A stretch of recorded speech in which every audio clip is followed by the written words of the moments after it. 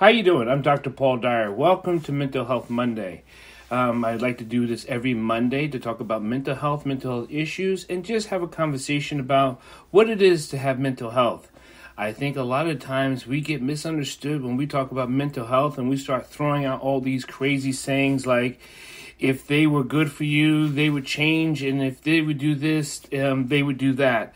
I love memes. I think memes are cute and quirky, but they do not solve the problem. I'll say this again. I think memes are cute and quirky, but they don't have answers. Meaning that you can have a meme that says something positive, and you can have a meme that says something negative. But there's factors, right? What are the factors? The factors are there's variables. What are the variables? Where a person comes from, how they were brought up, what happened to them, what's their experiences, what's their energy level, what's their education, how are they learning. When I always say education, I don't always mean scholastic. And if I meant scholastic, I would say something school or scholastic. Education is things that are taught to you. You can be taught a habit that is horrible for you from family members that's been around you. Your environment teaches you, right? Everybody knows it's nature versus nurture, but there are variables, right? There are variables of how a person develops. And if there's variables of how a person develops, then there's variables of understanding on certain phrases, right? Does that make sense? Good. Now, I want to show you something that when we talk about mental health, one of the things that doesn't often get talked about, and I know I have, is because I'm a neuroscience guy. But one of the things is it's all about construction of your thought process, construction of how you think, why you think. They're two different. The how you think and the why you think. Okay? There's chemistries. There's variables. There's things that are around you, inside of you, that's been altered that you had no idea how it got altered, but you're reacting on it. And so now when it comes to words being said, we have heard stories about someone we like, dislike. We have heard stories about many things, and we immediately have an emotional response to it. We immediately have an emotional response to it because of how we are constructed. Now, if you have constructed your way into doing and believing and knowing why you do believe and say, that's perfect. This is not a discussion of who's right in their thinking and who's wrong in their thinking. I want people to understand that it affects people so differently about things that are said. Now, we do know, I'm going to share my screen with you. We do know what this event was. We do know what this event was, right? We know this is January 6th. We know I call it insurrection. It's horrific, right? It's problematic, right? I get it. But it's the words that President was speaking that incited the people to move. Good or bad, plus or minus, it incited people to move. And in their movement, created this issue, nasty issue. And it caused harm. Caused harm for a nation, caused harm for people who were shot, caused harm for people who were killed, it caused harm for people who were arrested, it caused harm.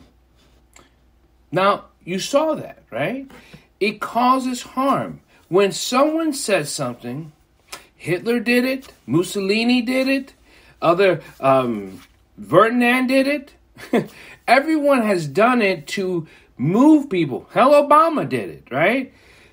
So it doesn't matter what you believe your president is or isn't, what you believe a person you listen to is or isn't, they have words that move you because you want to be moved, directed, and guided, and so you turn that into your fact. Someone says, I saw your mate down at the corner with someone else. Because you believe in the person that told you, it's automatically fact. It's automatic. For you, it's fact. How do you know? It's because of how maybe you would ask the question. So what were you up to? It's more of an interrogation. So it has a cause and effect on you. People who are in your lives, close or far, dear friends or far friends, dear people, whatever.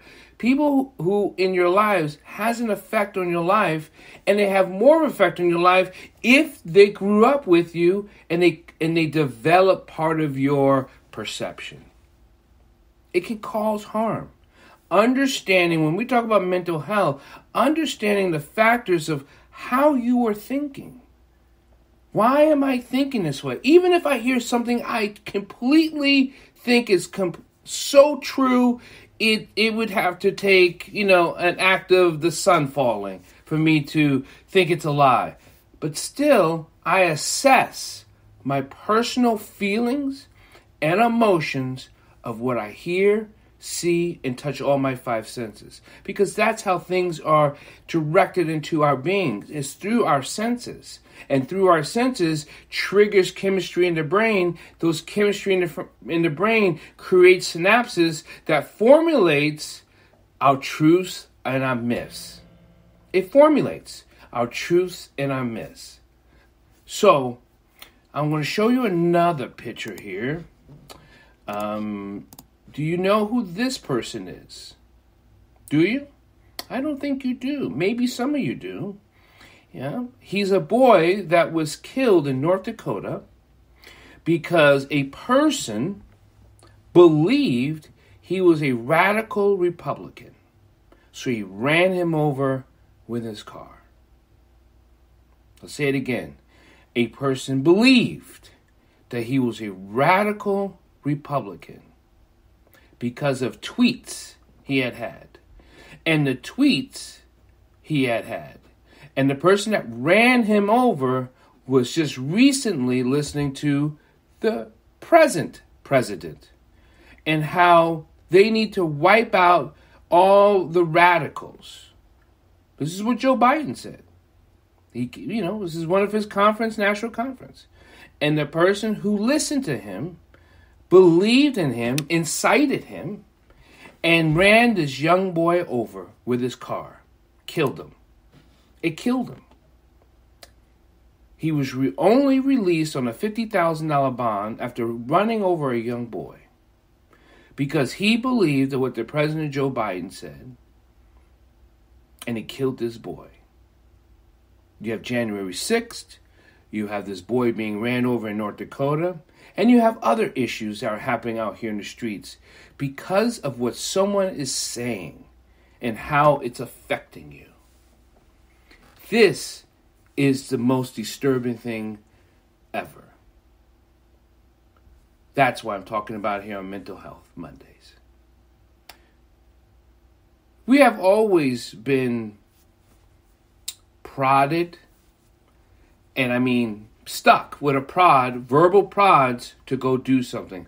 Hell, I tried to do it. I tried to wake people up about sickle cell and donating blood and how it saves lives. I try to prod you about understanding facts and understanding your feelings and emotions. I try to prod you on being a civil servant to humanity. I try to prod you on being self-efficient and protecting and to serve and to learn defense arts, right? Because there's dangers out here. I try to prod you on so many things about service. So I too try to prod you to try to get you into action. But I say two things first. I want to give you information. I want you to have an understanding of what I'm saying. And hopefully that brings you to an action. Because it's still a choice. But if you don't have the right information and understand the information, I'm not talking about how you feel about the information. I'm talking about how you understand it. And ask yourself, why do I understand it this way and not that way? Why are there other opinions and why is it my thoughts and opinions? Where do they get their information from? Is there other sources? It's like that for everything. Because if words are going to drive you into doing, then why not let the words of your president or someone you care talk you off a bridge? It's harder to talk someone off a bridge to safety than to talk them into jumping. It is easier to get someone to commit suicide than to stop. Think about it. It's true. It is hard to get someone to stop to commit suicide. But it's easy to push them to a level where they want to take their lives. People are playing around with your inability to understand of who you are and what you want to be. Not what you would like to be, not what you could be, but what you want to be. And what you want to be has to be developed by you and then put together. I can think of a birdhouse. I can like a certain type of birdhouse.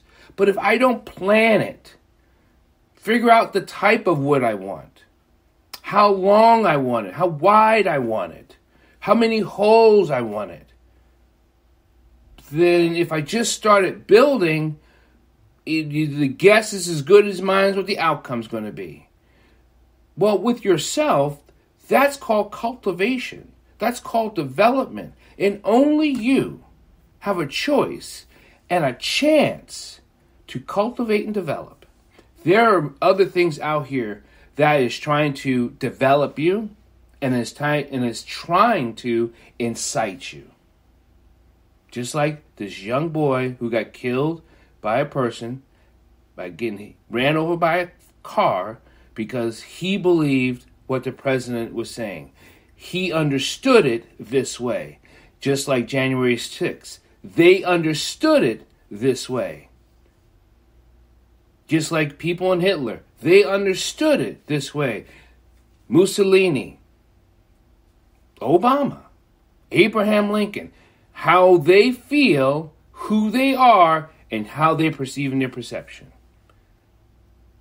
This takes a lot of practice to understand how to ask yourself these questions and to break it down, because there's a chemistry in the brain that helps you do this. Otherwise, you keep reinforcing your same thought process that you're like, well, my mama did it, my aunt did it, my daddy did it, so this is what it must be done. So you just keep reinforcing the same ideology and the same principle. But you have no thought process in it whatsoever. If you have no thought process in whatsoever on why and the how and your reasons and development cultivation, then you being driven by someone else's priorities and purpose. You're being driven by someone else's priority and purpose. And this is not how you want to live. So on Mental Health Mondays, understand when you hear things, even this, ask yourself, how do I feel about what Dr. Paul's talking about? How does this affect me? Does it affect me? Do I care? Do I give it? Understand your information.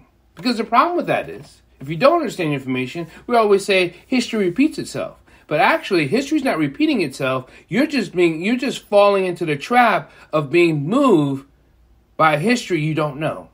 So it's not repeating, it's just going to keep recycling.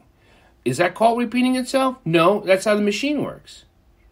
If it's not broken, why would the machine get fixed? And the machine moves people, kills people, that is not developing, cultivating their personal self. They're basing their movements and actions off of emotions and driven by chaos. And the actions are harmful, hateful, and mean.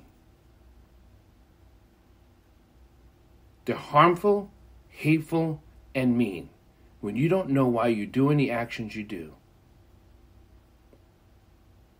I hope this helps. This is a blessing for me. Be kind, be compassionate, be love, be joy, and share. Develop, cultivate, and train. These are my tips for you today on Mental Health Monday. I'm Dr. Paul Dyer. I will see you again later in the week. Remember, you have You Be the Judge on Wednesday, and I also have live interviews that happens throughout the week.